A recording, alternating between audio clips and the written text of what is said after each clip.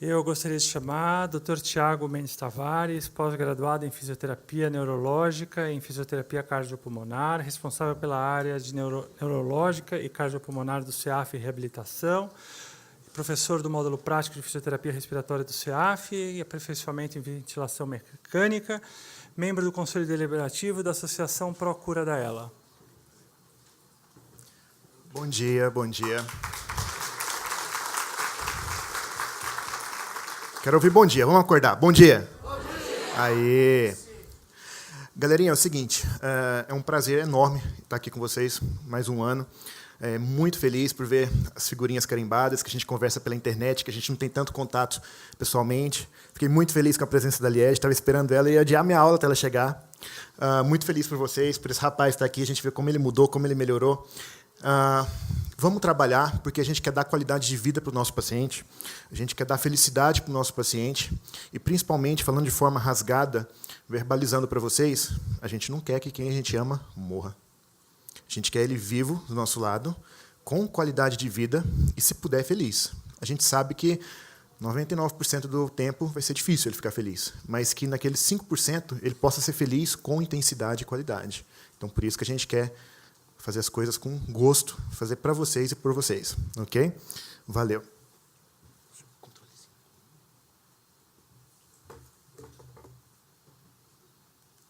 Gente, bom, o que é a ELA? A ELA é uma doença degenerativa rara. Eles consideram rara. Eu não considero rara porque, se a gente está aqui, se a gente existe, a gente não é raro. Se eu existo, eu não quero ser raro, eu quero ser tratado, eu quero viver bem. Então, eu, particularmente, não considero rara. Não sei o que vocês acham. Eu não acho rara. Toda hora está aparecendo, a gente sabe de um caso, mas a ciência considera rara, então vamos lá. Caracterizada pela paralisia muscular progressiva, degeneração dos neurônios motores no córtex motor primário, vias córtico-espinais, no tronco encefálico e na medula espinhal. No Brasil, em média, 1,5 caso a cada 100 mil. A gente está vendo atualmente, me parece que o número maior, talvez porque a equipe médica, a equipe multidisciplinar tenha um feeling, um conhecimento maior para diagnosticar. Muitas pessoas iam a óbito sem saber que tinham ela. Hoje a gente consegue diagnosticar e começar esse tratamento. Ainda demora um pouquinho para diagnosticar, o que faz esse paciente ser tratado de uma forma errada e perder qualidade de vida e perder tempo de vida. Predominância ligeiramente maior em homens. A idade média no aparecimento da ELA esporádica varia entre 55 e 65 anos. No Brasil, no entanto, a gente não sabe por quê. Está acontecendo mais cedo, pacientes mais jovens. Eu, particularmente, tenho um paciente que está com 33 anos, que começou a ELA com 27. Um paciente de 26 anos que começou a ELA com 23. Vai ser pai, está com a filha, com a esposa grávida. E a gente quer que esse cara viva bem, porque ele tem que segurar o filho no colo. Tem que ter músculo para segurar o filho no colo. Então, a gente tem que manter esse cara bem. Forma bulbar mais comum nas mulheres. Uma fraqueza insidiosa, aumento dos sintomas com alterações térmicas, por isso que a gente está tomando cuidado com o ar-condicionado um pouquinho mais frio, um pouquinho mais quente, porque a gente quer vocês bem para participar durante o evento todo. Fraqueza e atrofia possuem assimetrias, a gente não vai ver nenhum paciente evoluindo de maneira uniforme. Fulano de tal não vai ser igual àquele fulano. Começa numa mão, começa num braço, braço direito, perna esquerda. Já tive paciente de ELA que perdeu o controle de pescoço, mas conseguia andar. Então, tudo diferente, não é receita de bolo. Por isso que a fisiorrespiratória e mecânica e motora vai ser de forma individualizada, não é receita de bolo. Todo paciente ele vai ter o seu diagnóstico, a gente vai traçar um plano terapêutico completamente individualizado para cada fase da doença. Espasticidade nos membros fracos e atrofiados. O paciente, às vezes, sente rigidez, alguns sentem uma flacidez, eles têm uma dificuldade maior em realizar movimentos por causa dessa flacidez, e espasmos flexores ou clonos, vulgarmente falando como se fosse aquele tique nervoso, aquele tremor em repouso, parecendo um pouquinho com o paciente de Parkinson. Bom, gente, tenho ela, e agora? Eu vou ficar deitado na cama esperando a doença piorar, vou ficar esperando deitado, vou esperar a morte? Vou me exercitar? Posso? Como? Posso sim, na ELA tudo é possível. A gente não pode ficar parado na cama. Vamos lutar. Eu gosto de falar para os pacientes que, às vezes, a ELA é como se fosse um ônibus descendo uma ladeira. A gente sabe que ela vai descer, inevitavelmente. Só que a gente tem que frear, colocar um freio de mão, fazer um freio motor e estacionar. Talvez a gente faça uma baliza, a gente para ela um pouquinho, mas vamos retardar a descida dessa danada. A gente sabe que algumas coisas são inevitáveis, mas vamos dar qualidade de vida. Gente, trabalho em equipe, sempre. Se a gente já começar trabalhando sem comunicar toda a equipe, às vezes a gente abre um grupo no WhatsApp, coloca todos os fisioterapeutas, o motor, o respiratório, a equipe inteira conversando. Se a gente já quiser trabalhar de forma individualizada, não colocar a família a parte de tudo que a gente vai fazer, se os profissionais não conversarem, já está errado. Se a gente não colocar psicólogo, nutri, fono, fisioterapia, médico para conversar, vai dar pepino. Vai dar pepino porque, às vezes, a gente tem orgulho. Alguém da equipe pode ter orgulho. Vai dar pepino porque alguém gosta de trabalhar de um jeito e eu não gosto, porque eu não sigo aquela conduta, eu sigo tal linha. Então, eu gosto, particularmente, de cada 2, 3 em 3 meses, fazer uma reunião, traçar o objetivo e manter aquele objetivo em foco. Temos outros objetivos secundários que a gente também vai manter, mas aquele objetivo é o que a gente vai seguir e vamos trabalhando. A gente vai adequando a conduta de acordo com a evolução da doença. Não é o paciente que vai se adequar à minha conduta, eu que vou me adequar a ele, eu que vou me adaptar, porque a doença vai evoluir. Então, eu que vou ter que me mudar em relação ao paciente. Peço desculpa para a doutora, a psicóloga que falou, trabalho em equipe, a gente tem que passar pelo psicólogo, com certeza, porque esse paciente tem alterações emocionais, e essas alterações emocionais vão refletir no estado de tensão muscular e vai refletir na parte respiratória e motora. A gente tinha um paciente lá em Goiânia que a gente fez uma festa de aniversário surpresa para ele, colocamos toda a família na sala de reuniões e deixamos escondida. Ele entrou na físio, fulano, vamos ali que eu queria testar a balança nova com você. Na hora que abriu a porta, ele viu a família, por causa do estado de emoção, ele travou. Ele não conseguiu andar. Ele ficou 5 minutos parado, a gente teve que pegar ele no braço para sentar ele. Depois que ele chorou, ele relaxou, aí voltou. A parte psicológica, ele ficou emotivo, não conseguia mexer, travou. Então, a parte psicológica afeta? Com certeza. Tem que passar por todo mundo. Psicológico, avaliação respiratória, motora, avaliação fonoaudiológica e nutricional. Como vai ser a minha avaliação motora? Como poderia ser? Como a gente pode nortear? É uma doença evolutiva. Infelizmente, ela vai evoluir. Então, a nossa avaliação tem que ser contínua, de 2 em 2, 3 em 3, talvez até de 1 vez ao mês, a gente vai reavaliar esse paciente. A gente tem várias escalas para cada finalidade. A gente vai avaliar e comparar para ver se está evoluindo. E, de acordo com essa evolução, a gente vai readaptar nossa conduta e vai rever os objetivos. Porque a doença vai passar e a gente ficar parado no tempo, a gente vai perder o nosso paciente. Considerar a queixa do paciente. É lógico que a gente tem nossos objetivos, mas o paciente, às vezes, o objetivo dele não é aquele que é o nosso.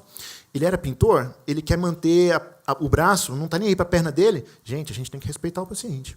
Vamos respeitar a queixa dele, os objetivos. Talvez a gente até trabalhe de forma secundária, sem ele perceber, sem a concordância dele. Vamos trabalhar. Mas vamos respeitar a queixa do paciente, o desejo dele, vamos dar qualidade de vida. O exame físico, avaliar tônus, teste de força muscular, amplitude de movimento, principalmente fadiga durante a realização de qualquer exercício. Dor, que é muito importante, a dor é incapacitante para esse paciente. E não sei se vocês concordam, já observaram, a dor deixa o paciente sem capacidade de fazer um objetivo funcional. Se o paciente está com dor, ele vai ficar estressado, ele vai ficar nervoso, vai ficar deprimido, vai ter a capacidade de se comunicar reduzida por causa do estímulo doloroso. Já tive outro paciente que, por causa de uma unha encravada, ele parou de andar. Enquanto ele não foi no podólogo e não corrigiu, ele não voltou a andar. Depois que ele retirou o estímulo doloroso, ele voltou a andar. Tudo por causa de uma unha no dedão do pé. Equilíbrio estático e dinâmico. O que é o estático? Eu parado e o dinâmico em movimento. Coordenação, seja de movimentos em membro superior, inferior, marcha, avaliação postural e atividade de vida diária. Em resumo, a marcha está muito ligada com a avaliação postural, porque se o paciente diminui a capacidade de andar, provavelmente ele vai ter uma avaliação postural, ele vai ficar um pouquinho mais arqueado, com uma alteração de centro de gravidade, com uma propensão maior a ter quedas. E se ele tem uma deformidade postural, uma alteração postural, ele fica mais suscetível a ter pneumonia e vai dificultar, por exemplo, o controle do pescoço. Perdendo o pescoço, você começa a perder fala, deglutição e até mesmo expressão facial. Tônus muscular, o estado de tensão do músculo. Na ela é mais comum a hipertonia. O paciente fica um pouquinho mais rígido. Geralmente, vocês tomam Baclon, algum outro relaxante muscular, o paciente fica um pouquinho mais sonolento, e isso pode interferir até mesmo na parte respiratória e na motora. Tinha um outro paciente que tomava 9 comprimidos de relaxante muscular por dia. 9. Chegava para mim andando na cadeira de rodas com as pernas no ar. Eu falava para ele brincando, cara, eu vou ter que sentar no seu colo para poder abaixar a sua perna. Porque a perna não abaixava. E outra coisa, essa rigidez muscular que ele tinha era relacionada à hipoventilação. Ele não queria usar BiPAP. Se ele usasse BiPAP, provavelmente ele ia ventilar melhor e reduzir esse estado de tensão. Por isso que a gente tem que ter uma comunicação com o médico, com o motor, com a respiratória, porque era algo respiratório que o médico estava tentando corrigir com o medicamento que estava afetando a minha área motora. Força muscular, avaliar constantemente, é um parâmetro de evolução da doença, para avaliar por grupos musculares e funções. Esse paciente ele tem uma função, ele é motorista, ele é pintor, ele tem algo recreativo que ele gosta de fazer, então ele tem um grupo muscular que provavelmente ele vai querer manter por mais tempo, para ele ter um lúdico. Então, cada grupo muscular a gente avalia de uma forma. E, principalmente, gente, tronco e cabeça. Daqui a pouco eu vou frisar isso bastante, porque se a gente começar a perder tronco e cabeça, a gente influencia muito na parte respiratória e eu vou atrapalhar muito o trabalho da fono. Amplitude de movimento, até onde eu consigo me mexer de forma funcional, até onde eu consigo me mexer sem dor e de forma agradável, para deixar o meu paciente fazer o que ele quer, quando ele quer. Constantemente avaliar movimentos articulares, verificar se existe deformidade que pode causar dor, que pode diminuir muito o quadro funcional. Cirurgias, é o caso de fazer? Será que rola mesmo fazer uma cirurgia com toda aquela questão de anestesia e risco respiratório? Será que a gente tem que evitar para chegar nesse caso? Eu acho que rola mais evitar. Hoje à tarde a gente vai discutir isso muito na oficina. Imobilizações, órteses, luxações. A gente vai trocar ideia sobre como pegar o nosso paciente na cadeira de rodas. Imagina você puxar o seu paciente pela mão, pelo cotovelo, ele não tem massa muscular em ombro, você vai tirar o ombro dele do lugar, ele não tem massa muscular para estabilizar, você vai ter que jogar o seu paciente para uma cirurgia porque você pegou errado. Então, até isso a gente vai ter que trocar uma ideia sobre como até mesmo pegar o nosso paciente.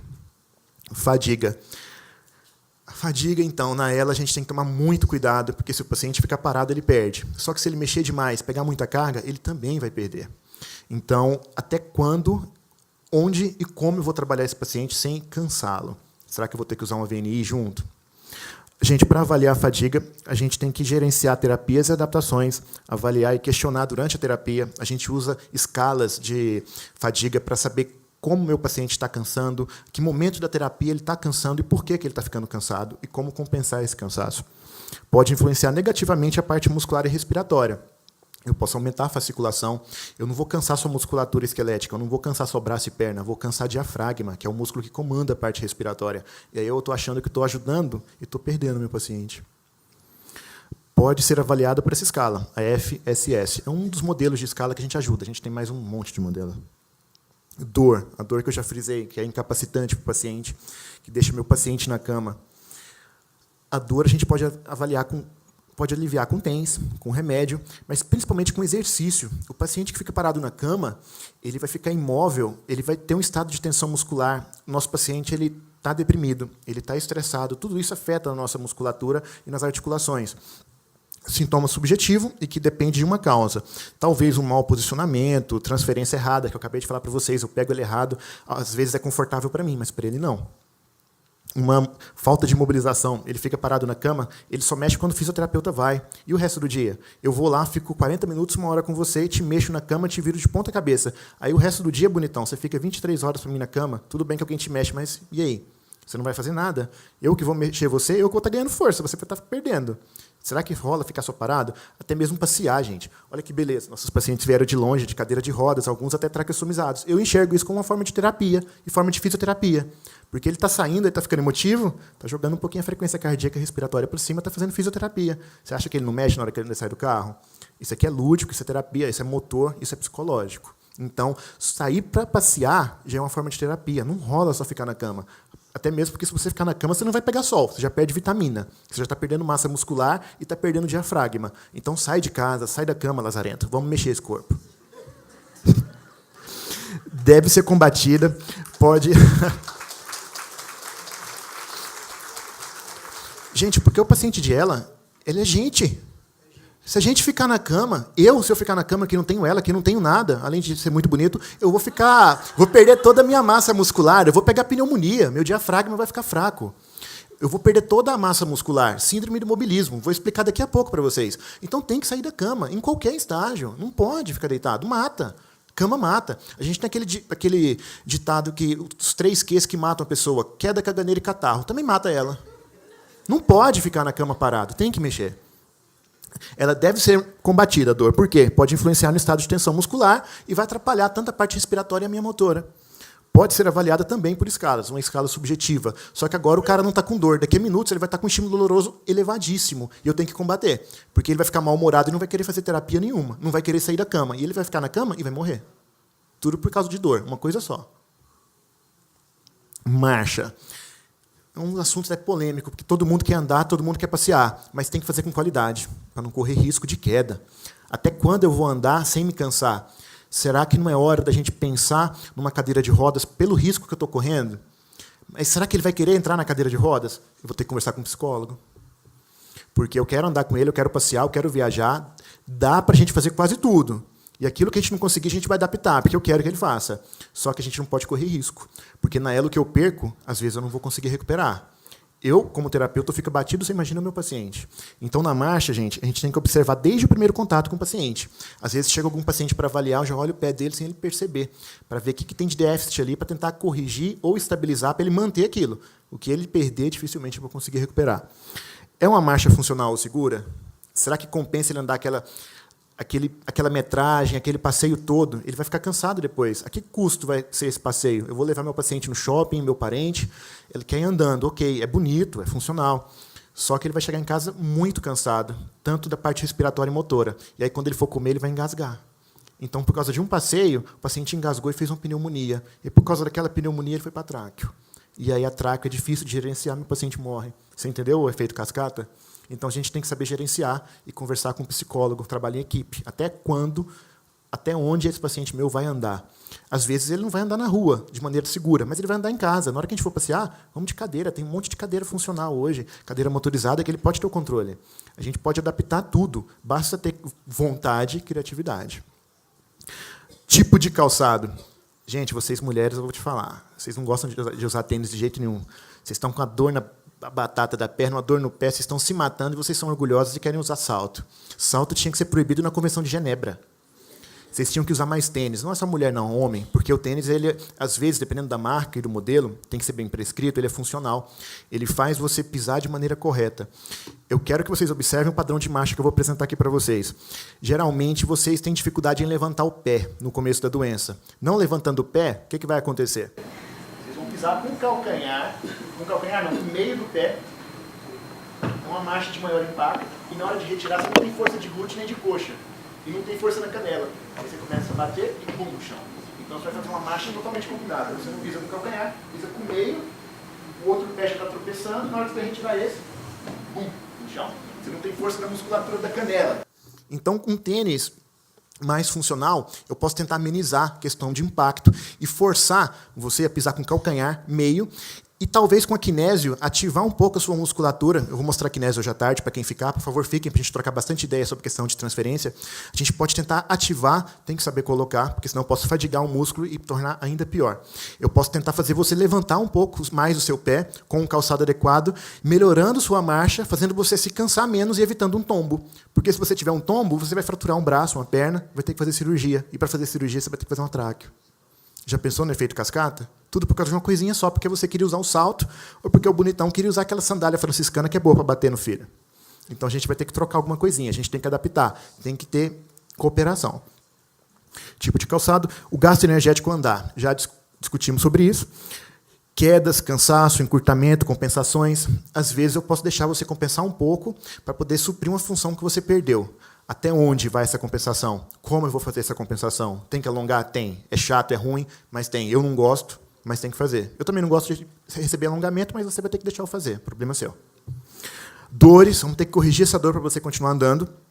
Importante marcador de avanço da doença. Geralmente, você está perdendo capacidade de marcha, infelizmente, a doença está avançando. Não só na motora, mas provavelmente na respiratória. Talvez você não perceba. Então, a gente vai ter que dar uma reavaliada. A avaliação postural. Tem muito paciente que, quando vai andar, começa a ficar com encurtamento daquilo que a gente chama de cadeia posterior do corpo, a parte de trás do corpo. Você começa a ficar com um padrão, o joelho abaixado, o seu pé já está torto, e você joga o corpo para frente para compensar. Então, você está andando, ó, pisando na parte do meio do pé, você já não tira a parte da frente, já está andando aqui. Facilita muito mais a sua queda. Então, você já fica um pouco mais anteriorizado, você não vai só cair.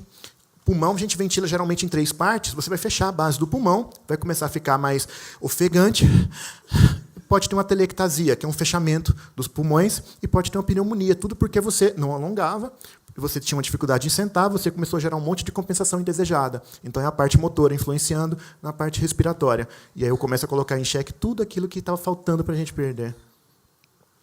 Avaliar o paciente em diferentes posições, avaliar se tem deformidade, escoliose. O que é uma escoliose? Você já viu que o paciente, às vezes, tem um ombro maior que o outro, ele está tortinho por causa da coluna, aquele pulmão do lado que está torto vai começar a fechar. Eu posso ter uma telectasia, uma pneumonia por causa de uma má postura. Influência na mecânica respiratória. Mobilidade funcional. Eu estou me mexendo, não só na hora de andar, eu estou mexendo o meu braço, estou mexendo o meu pescoço. Será que é funcional? Será que compensa? Até onde eu vou continuar mexendo? Eu tenho que adaptar para continuar mexendo sem me desgastar demais? Tudo tem que ser colocado no papel, na ponta do papel, para avaliar gasto energético. Infelizmente, eu não posso me cansar demais, mas eu tenho que me mexer, mas não posso cansar. Então, é uma balança. Daqui a pouco eu vou explicar isso no dilema da carga. Avaliar o grau de função. A gente pode usar um monte de escalas. A gente gosta de usar a ALS, FRS, que é uma escala que pode pontuar respiração, deglutição, lado funcional, marcha. E, de acordo com essa escala, a gente vê o que você já perdeu. A gente tem um score de pontuação, ele pode me direcionar o quanto falta para a gente tentar melhorar, o que você já perdeu, se a gente tem mais para perder naquele segmento do corpo. Gasto energético, vamos considerar o gasto durante essa função. E uso de dispositivo auxiliar. Ok, você consegue andar, só que eu não quero ir para a cadeira. Também não está na hora da cadeira. Vamos usar uma bengalinha, só uma bengala de apoio, não vai ser meio perigoso? Vamos usar uma bengala de 4 apoios, um andador, porque eu quero manter função, mas quero manter uma função bem feita, sem desgaste.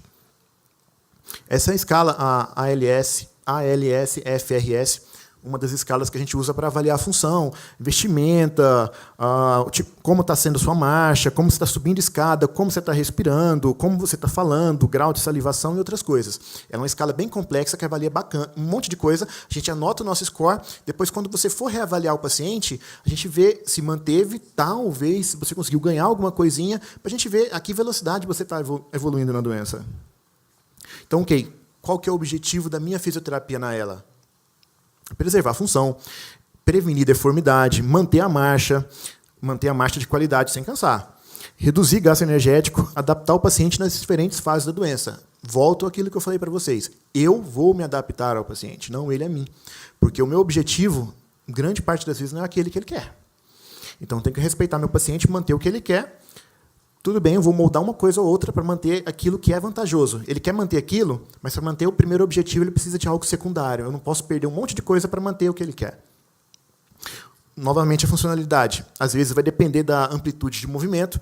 Exercícios próprios para cada fase da ELA não é receita de bolo. Não é receita de bolo. Vamos trabalhar a parte motora casada com a respiratória. Cansou? Faz um pouquinho de BIPAP, faz o ambu, mas cada fase a gente tem uns exercícios mais próprios. Cuidado com a carga e ortostatismo. Gente, ficar em pé é a postura mais nobre do ser humano. Quando eu fico em pé, eu trabalho só tudo. Parte respiratória, vascular, intestino, mantenho o pescoço, que daqui a pouco eu vou explicar para vocês, que tem muito a ver com o ortostatismo. Paciente que tem a diminuição do ortostatismo, ele começa a perder o pescoço. Começando a perder pescoço, você tem alteração de fala, expressão facial, você pode começar a engasgar e perder, por causa de você não está andando mais, você vai ter comprometimento respiratório. Então, a gente vai ter que compensar, talvez com a prancha ortostática ou talvez com a minha família inteira para me colocar em pé, mas eu preciso ficar em pé. Gente, não ficando em pé, a gente tem uma propensão maior a fecaloma, o intestino fica preso. Já peguei paciente que ficou 15 dias sem evacuar. Cheguei na casa dele, estava com o abdômen completamente distendido, fazendo uma síndrome de compartimento, e um dia antes ele teve uma insuficiência respiratória. A gente colocou ele em pé, trabalhamos um pouquinho de abdominal, a parte respiratória, fizemos uma massagem. Quando eu cheguei em casa, liguei, no outro dia eu liguei, tinha soltado quase tudo e voltou a funcionar. Paciente que não anda, paciente, tudo bem, você não anda, mas a gente consegue fazer exercício na cama, a gente consegue fazer ativo assistido. Eu quero trabalhar você, mas quem tem que ficar fortinho, quem tem que ficar bonito é você, não eu. Não sou eu que quero ganhar força, eu quero manter a sua força. Então, participe só comigo. Não faça só passivo. Você pode fazer ativo. Faz com um AVNI, usa o BIPAP para não cansar. Ele tem que fazer exercício, não terapeuta. Porque se ele ficar só parado, ele vai ter perda de intestino, e por causa do intestino ele pode ter pneumonia, ele pode ter fecaloma, e você vai perder seu paciente só porque você não mexeu nele. Então, o ortostatismo é muito importante nesse paciente. Ficar em pé, mesmo que ele não consiga. A gente vai fazer um monte de compensação, mas tem que ficar em pé. Prevenção de deformidade. Deformidade gera muita dor. Dor é incapacitante e meu paciente não vai querer fazer mais nada se ele tiver deformidade, porque ele está tendo dor e porque também não é estético ele sair de casa com alguma coisa deformada. Alongamento global, exatamente de tudo. Pescoço até a ponta do último dedo do pé, mesmo que esteja na tráqueo. Ortostatismo, estou frisando de novo, é importante ficar em pé. Vocês já repararam que o paciente, às vezes, ele está andando, mas ele começa a entortar o pé? Ele está começando a pisar, está começando a fazer o que a gente chama de inversão do tornozelo, ele começa a cair de lado.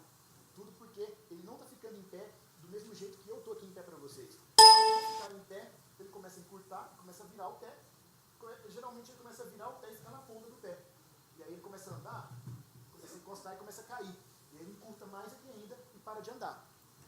Ele vai parar de andar porque perdeu força e porque encurtou. Então, precisa ficar em pé. Quando você fica em pé, você trabalha a parte vascular, você trabalha intestino, você alonga na marra esse paciente. Tem paciente que não fica muito tempo em pé, já ficou... Faz tempo que não fica em pé, eu coloco ele em pé, ele sente dor até no pescoço, porque encurtou tudo.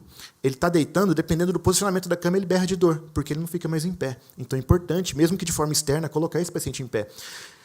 Artigos científicos provam que, na ELA, a trombose é muito maior. Já tive pacientes de ELA com a trombose que, mesmo que a gente mexia, a gente não conseguia reduzir. A gente teve que procurar um médico e entrar com uma medicação mais séria. A meia de compressão queimou e cortou a pele da paciente porque estava muito inchada. Então, é algo também que deixa o paciente inábil. Usar a órtese. Vamos usar uma órtese de posicionamento para não deformar, para deixar meu paciente funcional. Mesmo com órtese, dependendo do seu grau de evolução, você consegue andar. Para deixar funcional e até mesmo questão estética para o paciente. Manter a marcha. Treino de marcha com terapeuta, respeitando a fadiga, se for o caso, com BIPAP. Usar bengala ou andador, bem prescrita, fazer um treino de adaptação. É um treino aeróbico, é fisioterapia andar. Porque você está quebrando sedentarismo, previne acometimento cardiovascular e até mesmo retarda, ou previne a questão de deformidade. Agora, ok. Vamos conversar com o psicólogo. Quando eu vou passar para a cadeira de rodas? Eu quero andar, eu quero ser bonito, quero ser funcional, mas não quero usar cadeira. Eu imagino que alguns de vocês aqui já devem ter tido dilema familiar, alguma briga, desentendimento, porque o fulano, o ciclano, não queria usar a cadeira, e você enxergava que era hora de usar a cadeira. Porque ele não queria, ele tinha um preconceito com a cadeira. Gente, a cadeira de rodas não é minha inimiga, ela é minha amiga. Ela que vai propiciar meu passeio, ela que vai me levar para o shopping, ela que trouxe esses bonitões aqui para conversar com a gente. Cadeira de rodas não é inimiga. Tem gente que chama a cadeira de rodas de aeronave. Meu carro, minha Ferrari, ela é amiga, ela que vai me levar para baixo e para cima. O seu parente não consegue te carregar no braço. Entendeu? Você está cansando o seu corpo e está cansando o corpo do seu parente. Então, vamos pensar, vamos conversar com a família, vamos conversar com a equipe. Às vezes, ela vai ser funcional, ela vai me ajudar, não é inimiga.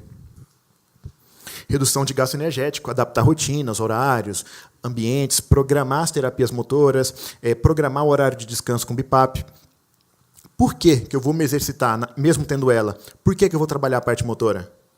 Por causa disso aqui, síndrome do imobilismo. Quem fica com verme na barriga deitado na cama morre.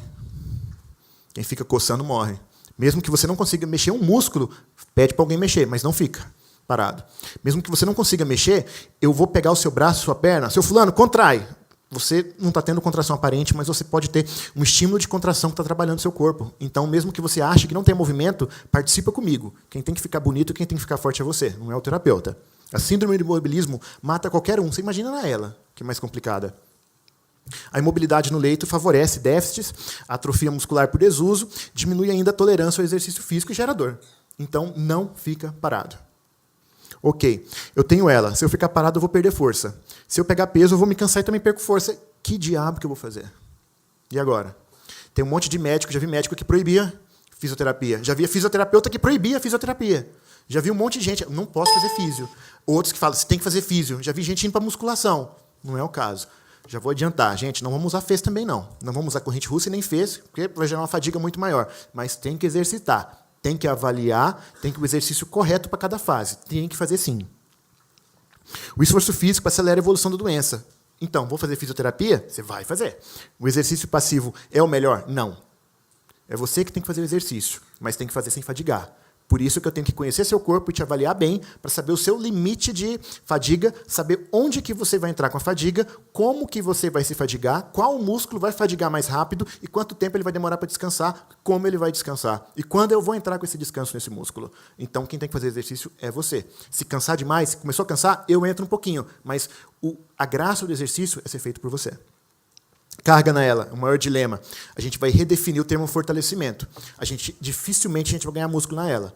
Você está na gastro, às vezes a nossa nutricionista vai falar com vocês, a Cris, a Salvione. Você está comendo e não ganha massa muscular, você está ganhando gordura. Eu não estou conseguindo mexer, eu estou ganhando peso, mas não estou mexendo. A gente vai rediscutir essa questão de fortalecimento. Antes de qualquer exercício, considerar o estágio da doença, a intensidade e a carga. O exercício físico vai estar presente em toda a fase. Até no paciente que não mexe nem o olho que está na tráqueo. Ele tem que mexer, ele tem que fazer exercício, ele não pode ficar parado. Eu faço abdominal com o paciente em tráqueo, gente, que não mexe nada. Por que você vai ficar deitado na cama? Toma um licor de cacau Xavier, mata seu verme, mas vai mexer. Não fica parado. Todo paciente tem sua particularidade, suas adaptações, limitações, e encontra-se em um estágio diferente da doença. Readapta, adapta o paciente e vai mexer ele. O exercício físico tem que ser terapêutico e não hipertrófico. Eu não vou querer ganhar massa muscular em você. O meu fortalecimento, o seu fortalecimento vai ser a sua manutenção. Então, essa é a minha redefinição do termo fortalecimento. A fisioterapia motora depende de um bom estado nutricional e respiratório e psicológico. Não tem como objetivo causar fadiga, respeitar um intervalo maior entre qualquer exercício. A gente pode fazer exercício sem gravidade. Aqui eu estou levantando meu braço contra gravidade. Aqui eu não estou fazendo muito uso de gravidade. À tarde a gente vai conversar sobre isso. Tem como fazer manutenção de grupo muscular sem usar gravidade. Cargas excessivas podem gerar lesões e exercícios bem realizados com carga correta e que respeitam um determinado intervalo de recomposição muscular auxiliam na manutenção das funções por um maior período de tempo. Eu não quero deixar você bonitão como Schwarzenegger, mas eu quero exercícios com carga talvez moderadas e leves para poder frear um pouco o declínio funcional da sua doença. Eu quero exercícios aeróbicos leves para serem benéficos para você. Treinar a marcha, atividade de vida diária, aquilo que você gosta de fazer no seu dia a dia, para combater a perda dessa função, para estacionar. Lembra que ela está descendo a ladeira, mas eu quero frear o máximo possível. Exercícios resistidos não irão necessariamente retardar a evolução da doença. Talvez a carga é mínima, mas não significa que mesmo assim eu vou querer e que talvez eu consiga retardar a evolução da sua doença. Usar o BIPAP durante o exercício físico pode ser benéfico. Músculo fraco é suscetível à lesão. Então lembra, carga demais não é bom. Eu posso, além de acelerar sua evolução, te machucar. Cargas elevadas e muitas repetições aceleram a evolução da doença. Eu vou gerar fadiga, por isso eu não quero que você faça musculação. Novamente, importância de ortostatismo. Auxilia no retorno venoso, prevenção de trombose, melhora da atividade intestinal, previne fecaloma, deformidades. É um trabalho da musculatura cervical e de tronco. Por que eu estou frisando muito cervical? Gente, olha esses dois pacientes, autorização prévia deles. Esse primeiro paciente da foto, ele estava com muita dificuldade para segurar o pescoço. E para deglutir a saliva, ele abaixava o pescoço. Para levantar, ele estava fazendo uma compensação que ele mordia demais, gerava uma tensão muscular, jogava o pescoço para o lado, com aquele mandíbula travada, e chegou a um ponto que ele teve um travamento mandibular. Ele não conseguia comer nem beber nada, porque a mandíbula travou. E aí começou a perder massa muscular, peso mais rápido, e queria fazer a gastro para ontem. Só que não tinha como fazer a gastro, porque a parte respiratória não estava em dia, e porque não tinha nem como passar o endoscópio, porque a boca estava fechada, não abria. Aí, a Alessandra Dorsa está aí, não sei. A gente trabalhou muito o pescoço desse cara, junto com a fono, trabalhamos o rosto, em 2 semanas ele voltou a abrir a boca, voltou a sorrir, fez a gastro, está bonitinho, voltou a tomar a cervejinha dele, ele é dono de padaria, está comendo pão, coxinha e o que ele quer. Porque a gente trabalhou demais. Eu não sei se vocês conseguem enxergar, mas tem a kinesiotaping, que melhorou e que está estimulando a questão de sorriso, a questão estética dele, que é funcional. Muito provavelmente, a gente conseguiu evitar uma perda de função nesse cara. O pescoço já não vai despencar tão mais rápido, melhorou o sorriso e mantemos um pouco da deglutição. Ajudamos muito na questão da fono. Trabalhamos em conjunto, físio e fono. Eu estava no consultório da fono trabalhando o pescoço, ela fazia a questão de kinesiotaping e a gente conseguiu ter um resultado bacana. Esse de baixo é o Darlon, nosso modelo lá de Goiânia. A gente ajeitou, é uma questão muito importante de estabilização de pescoço. Eu não posso deixar o pescoço do meu paciente lateralizar e cair. Eu tenho que estabilizar para não gerar fadiga, porque o pescoço, quando não está estável, eu gero até deformidade mandibular, queda da mandíbula ou anteriorização. A mandíbula vai lá para frente, fica sem função e não fica estética. Então, através de trabalho de fono e através de trabalho respiratório, muscular, motor, eu consigo estabilizar a mandíbula, pescoço e vou até mesmo interferir na questão do sorriso do meu paciente e expressão facial, para ele conseguir se comunicar, mesmo que não tenha fala, de forma funcional com a família. Diafragma, para mim, depois do coração e do cérebro, é o músculo mais importante. Eu, como fisioterapeuta motor, eu vou ajudar muito na questão da fono e da fisioterapia respiratória, mantendo diafragma, trabalhando abdominal adaptado. Aí eu vou atuar de maneira ativa assistida para ele não fadigar, talvez até mesmo com BIPAP, e alongar muito. Diafragma alonga-se, para você não ficar com cãibra na barriga. Vocês já tiveram cãibra na barriga? Já viram como é ruim? O médico acha que vocês estão com cólica, mas vocês estão tendo cãibra no diafragma, porque você não alonga e não trabalha. Ele fica empedrado, começa a fascicular mais, e aí você vai ter um declínio da parte respiratória, porque o seu diafragma não está trabalhado. Vai ter um diafragma fraco, sem flexão, vai ter uma musculatura, vai ter dor na musculatura abdominal, vai aumentar a fasciculação e vai perder a capacidade respiratória, porque você não alongou e não trabalhou o diafragma. Tenho dores articulares e lombares. Posso usar o TENS? Pode. TENS é aquele choquinho que a gente usa na clínica, aquele choquinho na pele que alivia a dor. Esse você pode. Talvez não o FES, que o FES trabalha em questão de fortalecimento e vai gerar fadiga. O TENS tem apenas finalidade analgésica, é uma corrente mais superficial e atua em nível de pele. E agora, gente, o trabalho do Procura, o bem está sendo feito? Está sendo feito, sim. O bem está sendo feito e está sendo vivido. Olha que legal. Aquele paciente nosso, quando ele chegou, ele não estava sorrindo. A gente conseguiu trabalhar o sorriso, mantemos o pescoço. Nossos pacientes lá de Goiânia, Dona Derni, que infelizmente a gente perdeu semana passada, o Darlon, que está tomando o seu chopp, está comendo um pouquinho, está passeando, está trabalhando todo dia. Nossos pacientes lutando boxe, alguns de vocês acompanham nas redes sociais. A gente consegue levar nossos pacientes. A Liege, que eu não falei para ela, mas coloquei uma fotinha dela aqui, porque fiquei bastante contente de ver ela vindo lá da cidade dela para cá. Então, gente, o trabalho nosso do Procura é isso. É manter vocês com qualidade, manter vocês bem, manter vocês vivos, porque ano que vem eu quero todo mundo aqui de novo, juntinho. Ok? Obrigado.